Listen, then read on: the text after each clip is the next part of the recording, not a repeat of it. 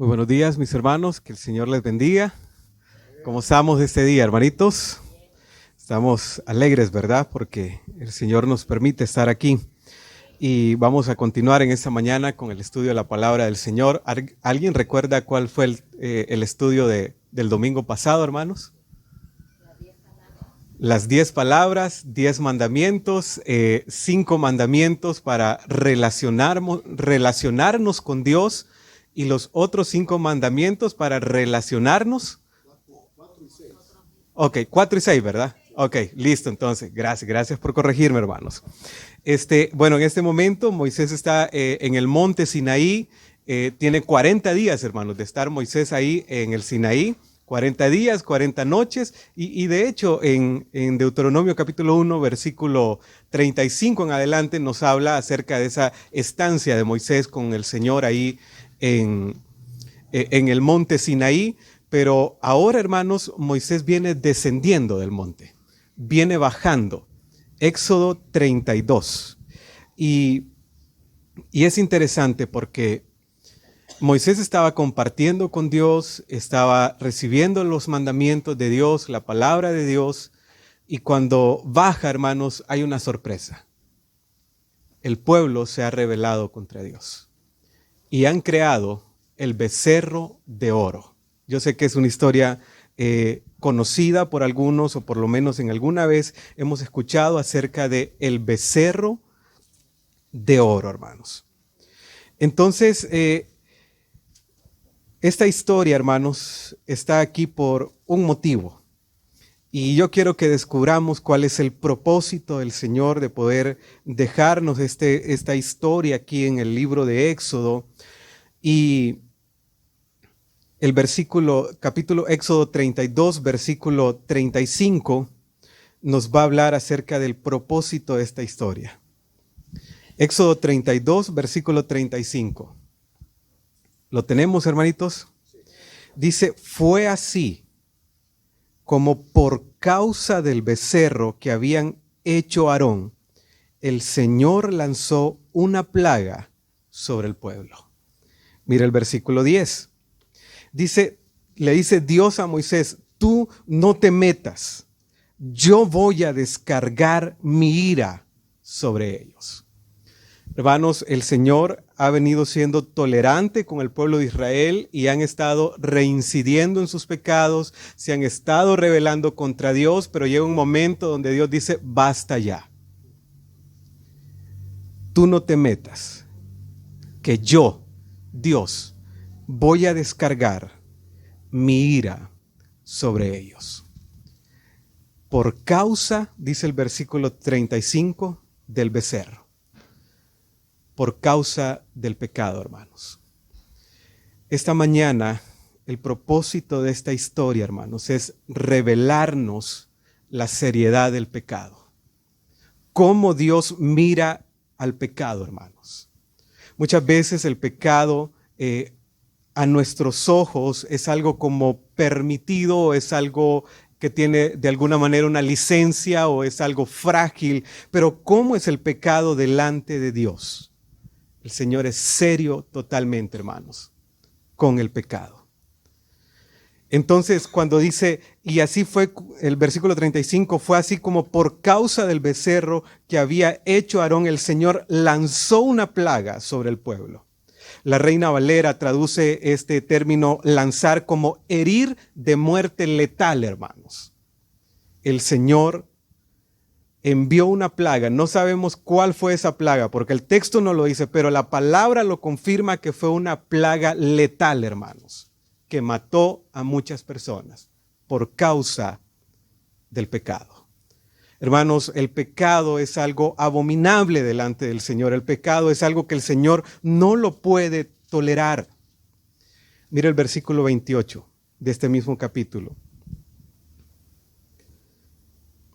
Versículo 28 dice, los levitas hicieron lo que les mandó Moisés y aquel día mataron como 3,000 israelitas. O sea que no solamente fue la plaga letal, sino que también hubo como 3,000 muertes por espada, hermanos, por la causa del pecado. O sea que lo que estaba pasando en el pueblo de Israel no era fácil, hermanos. Pero mira el versículo 34 también. Dice, tú ve y lleva al pueblo al lugar del que te hablé. Delante de ti irá mi ángel. Pero llegará el día en que deba de castigarlos por su pecado. Entonces los castigaré. Llegará el día. Hermanos, entonces el pecado delante de los ojos de Dios no es algo normal o algo permitido o algo que Él lo mira como que si nada. No, el pecado, hermano, es algo serio delante de Dios. Llegará el día, hermanos, dice Dios, donde tenga que castigarlos por causa del pecado. Colosenses capítulo 3, versículos 5 y 6 dice, por lo tanto, hagan morir todo lo que no es propio de la naturaleza, todo lo que es propio de la naturaleza terrenal, inmoralidad sexual, impurezas, bajas pasiones, malos deseos y avaricia, lo cual es idolatría. Por estas cosas viene el castigo de Dios. La Reina Valera dice, por estas cosas viene la ira de Dios. Hermanos, esto es tremendo. Y el término venir, viene, no está en un futuro. Va a venir en algún momento. No, viene ahora mismo. Un presente, viene. Así que, hermanos, Éxodo capítulo 32, lo que nos trata de narrar es lo serio que es el pecado, hermanos. Y esta mañana yo quiero que el Señor sea en nuestras vidas mostrándonos que el pecado no es tan sencillo muchas veces como el ser humano o como la sociedad lo está mostrando. De hecho, la palabra pecado, hermanos, está desapareciendo de nuestro contexto. Ahora no se puede pronunciar la palabra pecado. El mundo, hermanos, y la filosofía, el mundo y su filosofía, hermanos, han dicho, no puedes decir que es pecado porque se va a ofender la persona. Hermanitos, el pecado es algo serio. Esa palabra pecado en el Antiguo Testamento significa errar al blanco, hermanos, estar fallando en parecernos a Dios, estar fallando en amar a Dios y estar fallando en amar a nuestro prójimo. La palabra pecado en el Nuevo Testamento significa aquella fuerza que gobierna nuestros corazones para hacernos esclavos y vivir haciendo lo que Él dice que hagamos. Así que el pecado es algo serio, hermanos. Es algo serio. Esta mañana, después de mostrar esta introducción, que este es el meollo de este capítulo acerca del pecado, la malignidad y cómo Dios mira el pecado, Dios describe, hermanos, cómo es una persona en pecado. Versículo 7. ¿Cómo es una persona en pecado? Y hay 4 palabras o 4 términos que el Señor utiliza aquí en esta historia para describir a una persona que está en pecado. Versículo 7. Dice el versículo 7. Entonces el Señor le dijo a Moisés, baja, porque ya se ha corrompido el pueblo que sacaste de Egipto.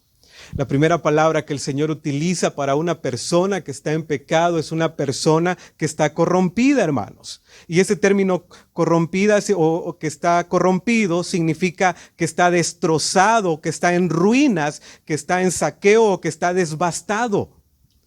Hermanos, una persona en pecado es una persona que está en ruinas o destrozado. Solamente hay escombros en su vida. Esta es la destrucción de la vida del ser humano, el pecado. Esta es una imagen fuerte, hermanos, pero cuando ahora mismo que el pueblo de Israel está experimentando este pecado, Dios lo está viendo simplemente como unas ruinas de escombros que han quedado de lo que Dios había hecho en la vida de ellos mismos. Así que la primera imagen, hermanos, para una persona en pecado es, esa persona está corrompida, hermanos. Esa persona está destrozada, está arruinada, su vida está devastada totalmente. Así que, hermanos, el pecado es algo serio. Miremos el versículo 8, encontramos la siguiente imagen. Dice el versículo 8, demasiado pronto se han apartado del camino que les ordené seguir. La segunda manera como Dios mira a una persona que está en pecado es una persona que se ha salido del camino, que se ha apartado del camino. Y es interesante porque en Gálatas capítulo 1, versículo 8, Pablo dice, estoy maravillado de que tan pronto se han apartado ustedes de Dios. Hermanos, una persona en pecado es aquella que se ha salido del camino que Dios le ha trazado por donde debe caminar. Es una persona que está perdida. Es una persona que no tiene propósito. Es una persona que no sabe hacia dónde se dirige. Es una persona que está en la nada, hermanos. Es una persona que todo es oscuro a su alrededor. Y recordar, hermanos, que en este tiempo el pueblo de Israel está en un desierto, hermanos. Están por entrar a la tierra prometida. No hay un camino. Solamente está el líder Moisés que los está guiando y les está diciendo, bueno, caminemos derecho aquí. Pero cuando están en pecado, dice Dios, es como que se hayan salido de ese camino y solo miran desierto alrededor y no saben para dónde ir. Así es una persona en pecado. Tercera imagen de una persona en pecado. Versículo 9. Dice, ya me he dado cuenta, dice Dios, de que este pueblo es un pueblo terco. Tercera imagen o palabra de una persona en pecado es una persona terca, hermanos. Y la traducción para esta persona, para este término terco es duro de cerviz. Y la idea es una persona que es de cuello duro. Esta imagen se utilizaba para alguien que sabía que era lo correcto, pero que decidía abiertamente, hermanos, abrazar al pecado. Eso significa el duro de cerviz. Por ejemplo, hermanos, en Deuteronomio capítulo 31, versículo 27 dice, porque yo conozco, dice Moisés, tu rebelión y tu dura cerviz. He aquí que aún viviendo yo con vosotros soy rebeldes a Jehová. Entonces, el tener cuello duro o el ser terco significa ser rebeldes, hermanos, a Jehová. Proverbios 29:1 dice, el hombre que reprendido endurece su cerviz, de repente será quebrantado y no habrá para él medicina. Entonces, alguien de cuello duro o terco, la idea es, va a ser quebrantado y no habrá para él medicina. Pero también en Hechos 7:51 dice, duros de cerviz e incircuncisos de corazón y de oídos, vosotros resistís siempre al Espíritu Santo. Una persona terca o de cuello duro es una persona que está resistiendo continuamente al Señor. Que aunque el Señor le está llamando de su pecado, le está diciendo lo que estás haciendo está mal, es una persona que continuamente, hermanos, estás mostrando dureza al llamado de Dios. Entonces, Dios, y ojo hermanos, es Dios quien está describiendo a lo que es una persona en pecado. Primeramente dice que es corrompida, es una persona que está corrompida, es una persona que está fuera del camino, es una persona terca o dura de cuello que está siendo rebelde directamente al Señor. Pero hay una cuarta imagen, hermanos, versículo 25. Dice el versículo 25. Al ver Moisés que el pueblo estaba desenfrenado, una persona en pecado es una persona que está desenfrenada, hermanos. Y la traducción para esta palabra es, o la connotación de esta palabra, hermanos, se utilizaba para cuando se dejaba un caballo suelto y que hacía lo que él quería. Este caballo empezaba a correr sin sentido. Una persona, hermanos, en pecado está caminando en la vida sin sentido. Va por la vida solo por ir. Así mira Dios a una persona que está en pecado. Es una persona corrompida. Es una persona que está fuera del camino. Es una persona que es terca o de cuello duro. Y es una persona, hermanos, que está en desenfreno. No tiene ningún sentido la vida de ellos.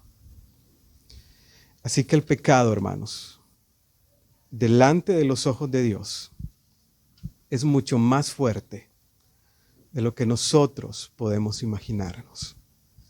Pero, ¿cuáles son las actitudes de una persona que está en pecado? Por lo menos quiero mostrar dos actitudes de una persona en pecado. Versículo 1 del capítulo 32. Al ver los israelitas que Moisés tardaba en bajar del monte, fueron a reunirse con Aarón y le dijeron: tienes que hacernos dioses que marchen al frente de nosotros. Ellos buscan sus propios dioses para que vayan delante de ellos.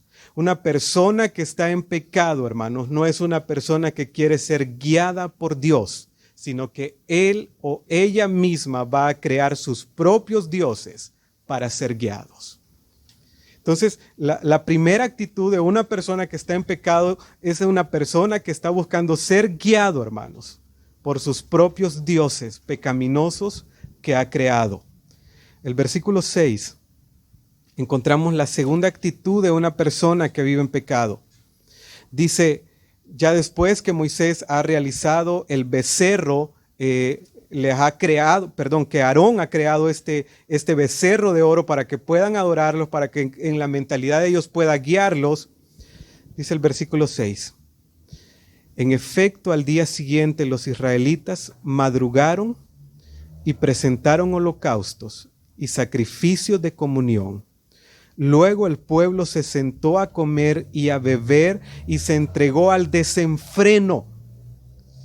Hermanos, la palabra, la Reina Valera traduce esta palabra desenfreno como regocijo, pero ese regocijo no es el regocijo de un cristiano, hermanos, sino que es una orgía, hermanos, que involucra bebidas alcohólicas y sexo.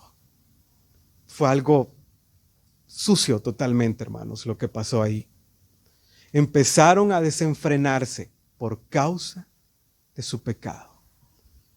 Qué increíble, hermanos, todo lo que puede pasar cuando una persona está en pecado. Es tremendo, hermanos. Y uno dice, pero ¿cómo es que el pueblo de Israel llegó a esto? ¿Cuánto tiempo han estado viendo a Dios? ¿Cuánto tiempo han estado experimentando la gracia, el favor de Dios? Y ahora llegan aquí. Tremendo, ¿verdad, hermanitos? Y yo quiero mostrarles los 3 pecados que cometió el pueblo de Israel para llegar aquí a este punto, hermanos. Para llegar a estas orgías pecaminosas, desenfrenados, para estar en ruinas, para estar depravados, hermanos. Fueron 3 pecados. El primer pecado, hermanos, está en el versículo 1. Dice el versículo 1 del capítulo 32. Al ver los israelitas que Moisés tardaba en bajar del monte, fueron a reunirse con Aarón y le dijeron. La primera palabra clave ahí es tardaba Moisés. Dice que le dijeron los israelitas, tienes que hacernos dioses que marchen. Segunda palabra clave es, tienes que hacernos para que marchen al frente de nosotros, porque ese Moisés que nos sacó de Egipto, no sabemos lo que le pudo haber pasado. La tercera palabra o frase clave es, no sabemos lo que le pudo haber pasado. El primer pecado, hermanos, que el pueblo de Israel cometió fue un pecado sutil y fue el pecado de la impaciencia. Yo no estoy dispuesto a esperar. Dice, Moisés se tarda, bueno, vamos donde Aarón y le dice, tú tienes que hacernos dioses. Y le dice, porque no sabemos qué pasó con Moisés. El pecado de la impaciencia, o otra manera de traducir este pecado, es el pecado de la desesperación. ¿De qué se trata este pecado? De decirle, Señor, si tú no lo haces, yo lo hago. Pero ¿qué de malo tiene eso? No se mira como un pecado tan escandaloso, pero ese pecado sutil, hermanos, lo llevó a tener orgías después. Los pecados sutiles, hermanos, son peligrosísimos en nuestra vida. El pecado de la impaciencia. El pecado de no esperar en Dios. El pecado de decirle a Dios, bueno, Señor, si tú no te apuras, yo lo hago por mi propia cuenta. Hermanos, y reflexionemos esta mañana en cuántos problemas nos hemos metido nosotros por no esperar en Dios. Por querer hacer nosotros lo que le corresponde a Dios. Se cuenta la historia de una muchacha que consiguió trabajo en una fábrica textilera donde crean ropa. Y cuando ella se sentó en la máquina, había un rótulo que decía, si se le enreda el hilo en la máquina, llame a su supervisor. La muchacha empezó a trabajar, hermanos, y de repente el hilo se enreda, hermanos. Ella dijo, no, ¿para qué voy a llamar a mi supervisor?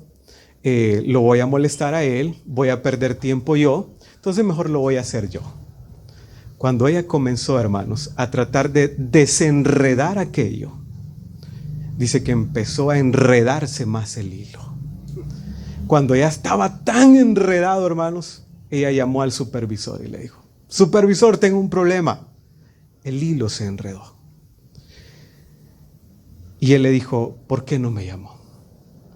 Lo que hiciste fue enredarlo más. Hermanos, muchas veces nosotros cuando tratamos de desenredar los problemas en la vida, que solo Dios lo puede hacer, lo que hacemos es enredarnos más. Hacer una bola más grande, hermanos. Porque no pudimos esperar en Dios. Así que ese fue el primer pecado, hermanitos, del pueblo de Israel. El pecado de la impaciencia. Y tal vez usted esta mañana sabe que tiene una circunstancia que solo Dios la puede arreglar. Pero de repente ha estado usted o quiere comenzar usted a arreglar eso, que es Dios quien lo va a arreglar, hermanos. Así que mucho cuidado con ese pecado sutil, el pecado de tratar de hacer el trabajo de Dios. El trabajo que solo lo puede hacer Dios y que solo Dios lo puede hacer bien. Primer pecado del pueblo de Israel, el pecado de la impaciencia. Segundo pecado, versículo 2. Aarón le respondió, ¿quieren que les haga un Dios? Está bien, les dijo Aarón. Quítenles a sus mujeres los aretes de oro y también a sus hijos y a sus hijas y tráiganmelos. Qué tremendo. Miren el versículo 21, hermanos. Aarón le dijo, ¿qué te hizo este pueblo? ¿Por qué lo has hecho cometer semejante pecado? Moisés le dijo a Aarón, ¿qué te ha hecho este pueblo que tú lo has hecho cometer semejante pecado? Mira el versículo 25, hermanos. Al ver Moisés que el pueblo estaba desenfrenado y que Aarón, ¿qué pasó, hermanos? Les había permitido. Moisés estaba en la montaña, hermanos. El líder era Aarón.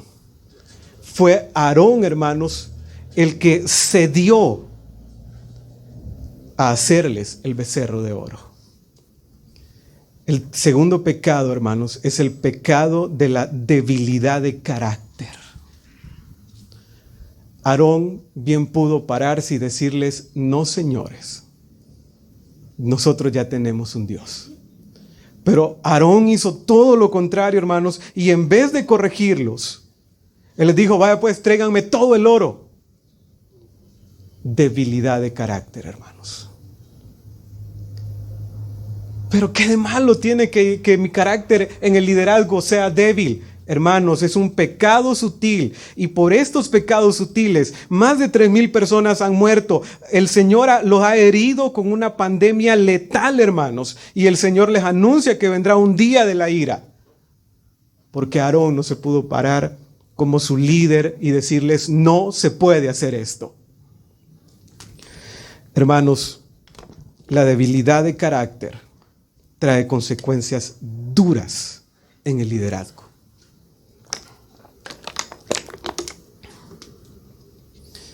Así que este es otro pecado sutil, hermanos, porque Aarón no pudo decir no. La debilidad de carácter o el no tener dominio propio para poder decir no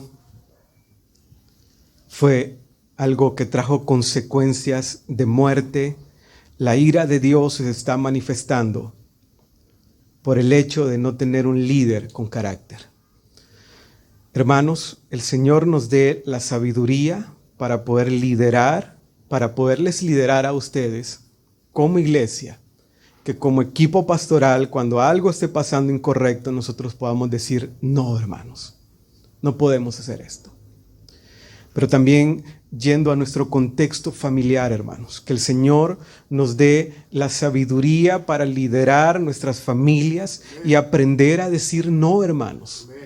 Porque si no, hermanos, hay consecuencias trágicas. De repente el pueblo no iba a aplaudir, hermanos, a Aarón porque les iba a decir que no, pero él iba a hacer lo correcto delante de los ojos de Dios. Hermanos, y el hecho de la debilidad de carácter no es que vamos a andar ahí siempre ahí enojados, ¿verdad? No, hermanos, sino en amor decir: esto es lo que dice la palabra de Dios. La debilidad de carácter, hermanos, un pecado sutil, pero trágico, hermanos. Porque en el versículo 21 dice: ¿por qué lo has hecho cometer este semejante pecado? Fue Aarón, hermanos, la pieza clave para que el pueblo cometiera ese pecado.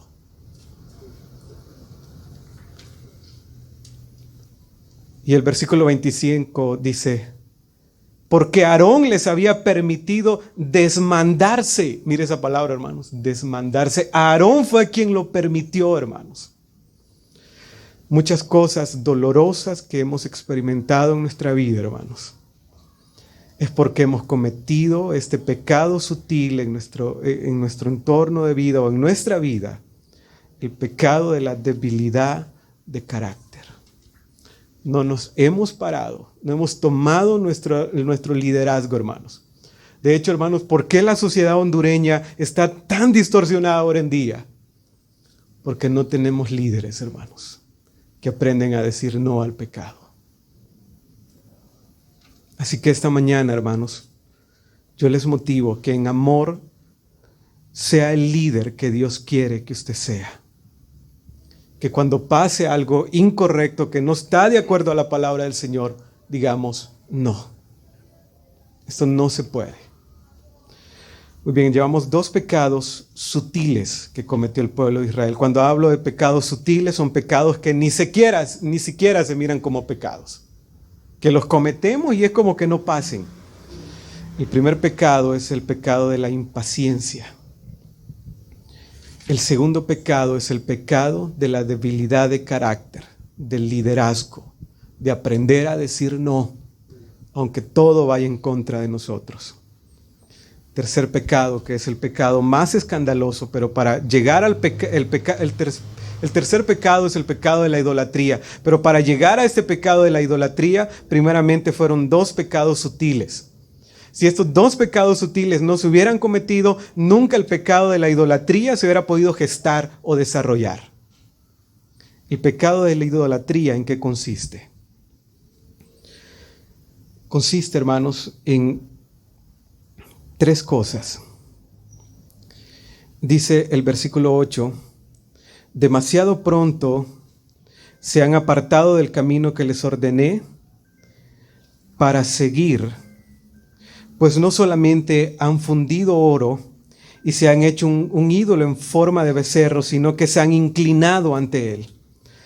El pecado de la idolatría primeramente consiste, hermanos, en adorar a alguien más que sea Dios. Se han inclinado ante él. Dice, le han ofrecido sacrificio. El pecado de la idolatría consiste, hermanos, en ofrecer sacrificios a cosas que no son Dios. Y han declarado, Israel, aquí tienes a tu Dios que te sacó de Egipto. El pecado de la idolatría consiste en atribuirle a otro Dios lo que Dios ha hecho en nuestras vidas, o a otra persona lo que Dios ha hecho en nuestras vidas. Entonces, 3 maneras como se manifiesta el pecado de la idolatría. Bueno, adorar a alguien que no sea Dios. Segundo lugar, ofrecer sacrificio a aquel que no es Dios o aquello que no conecta con Dios. Tercer lugar, atribuirle a otro Dios lo que Dios ha hecho en mi vida. Las obras preciosas que el Señor ha hecho en mi vida.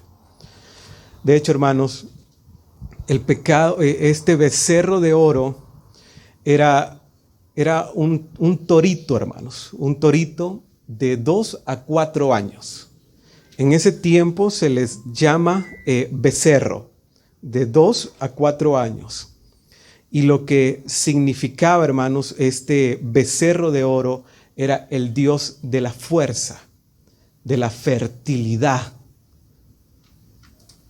Este pecado, hermanos, fue duro.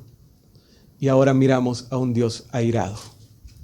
A un Dios que le dice a Moisés, voy a descargar mi ira sobre ellos. Es tremendo, hermanos. Así que el pecado, hermanos, delante de los ojos de Dios es algo fuerte. Es algo que el Señor no lo acepta en ningún momento. Si usted se siente identificado con algunos de estos 3 pecados sutiles que hemos mencionado, hermanos, es momento que reflexionemos y que le digamos al Señor, Señor, ayúdame. Hay una solución, hermanos, para el pecado.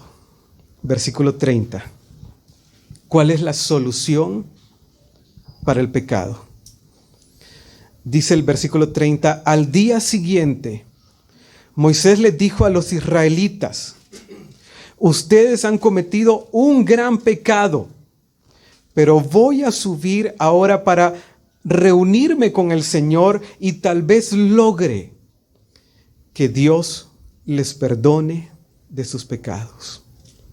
El versículo 11 traduce un poquito más claro el sentido de esto.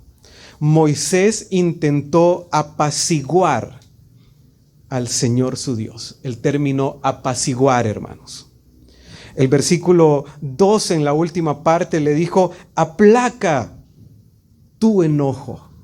El término aplacar, hermanos. Esa palabra, en el versículo 30, la Nueva Versión Internacional lo tradujo como perdón, pero en realidad es aplacar, hermanos, y es una palabra teológica. Por ejemplo, la Reina Valera dice, y aconteció que al día siguiente dijo Moisés al pueblo, vosotros habéis cometido un gran pecado, pero yo subiré a Jehová y quizás le aplacare acerca de vuestro pecado. El término aplacar, hermanos, es un término que nos conecta con Cristo. Y lo que significa esta palabra es calmar la ira con un presente. Y el segundo significado es cubrir. La idea de esto, hermanos, es solamente Cristo puede aplacar la ira de Dios. Cuando Cristo se entregó en la cruz, hermanos, Cristo estaba aplacando la ira de Dios. Pero el siguiente significado de esta palabra aplacar significa cubrir, hermanos. Y es que Cristo nos abrazó a nosotros y se puso él mismo para decir, lo que Henry merece, yo lo recibo. Hermanos, solo Cristo, hermanos, es el único que calma la ira de Dios. Solo Cristo. Es Cristo, hermanos. Primera de Pedro, capítulo 2, versículo 24, dice, Él mismo en su cuerpo llevó el madero de nuestros pecados para que muramos al pecado y vivamos para la justicia. Por sus heridas ustedes han sido sanos. Hermanos, Cristo recibió el pago de lo que yo merecía. A un Dios airado, hermanos. Solo Cristo. Cristo me abrazó a mí y se puso Él en mi lugar para decir, el pecado de Henry, yo lo tomo. Y ahora miramos y decimos, pero ¿cómo es que Dios tiene misericordia de esta persona a pesar de su pecado? Cristo lo abrazó, hermanos, y recibió el castigo por ese pecado. Así que, hermanos, solamente Cristo es el único que puede aplacar la ira de Dios. Y cuando usted peca, hermanos, corra a Cristo y dígale, Cristo, he pecado, aquí estoy, cúbreme. El Señor le dijo, hermanos, a Moisés, tú continúa con el pueblo, ve delante, dice el versículo 34, ve adelante, continúa, pero llegará el día en que deba castigarlos. Llegará el día. Y Cristo los castigó, hermanos. Muchos murieron. El hecho de castigar, hermanos, significa provocar una muerte prematura por causa del pecado. Yo quiero que miremos 1 Tesalonicenses 1:10. 1 Tesalonicenses 1:10. Dice, y esperar del cielo a Jesús, su Hijo a quien resucitó, que nos libra, ¿de qué, hermanos? Del castigo o de la ira venidera. Hermanos, fuera de Cristo, una persona está expuesto y va a experimentar esta ira venidera. Por lo tanto, lo que debemos hacer, hermanos, es correr a Cristo. Es Cristo, hermanos, el que nos cubre. Es Cristo, hermanos, el único que puede aplacar a un Dios airado, hermanos. Solamente Cristo. Hermanos, es duro esto, hermanos, pero esto es lo que pasa. Y en el versículo 10 dice, tú no te metas, yo voy a descargar mi ira. Y ahora miramos una sociedad, hermanos, totalmente corrompida, hermanos, en todo el sentido de la palabra. Dios, hermanos, y dice, ¿por qué Dios tiene gracia para esta persona? Solo hay algo que detiene a Dios de su ira, hermanos. La iglesia. Solo la iglesia, hermanos. Por eso dice, esperar del cielo a su Hijo, a quien resucitó, quien nos libra del castigo venidero. Hermanos, lo que viene para el mundo no es nada fácil. Es duro. Por eso necesitamos compartir el evangelio a las personas. Por eso necesitamos anunciar a Cristo, hermanos. Y por eso debemos decirle a las personas, necesitan arrepentirse de sus pecados, conocer a Cristo, porque si no estarán expuestos no a un Dios de gracia, sino a un Dios airado, hermanos. Nuestro llamado es a predicar a Cristo. Y si usted ha estado viviendo una vida de pecado, de repente cometiendo esos pecados sutiles que no se miran tan malos, hermanos, reflexionemos esta mañana, corramos a Cristo y digámosle, Señor, no más. Decido caminar con usted. Vamos a orar. Señor, gracias por que usted nos ha enseñado cómo es el pecado delante de sus ojos. Lo importante no es cómo lo mira el mundo o cómo lo estoy viendo yo, el pecado. Lo importante es cómo lo mira usted y cómo trata el pecado. Oramos, Señor, en esta mañana por si hay algún hermano que ha estado teniendo una vida que no ha estado conforme a su gracia, conforme al Evangelio, y ha estado practicando algún pecado. Oramos, Señor, para que esta mañana su palabra pueda redargullir su corazón y esta persona pueda volverse a ti.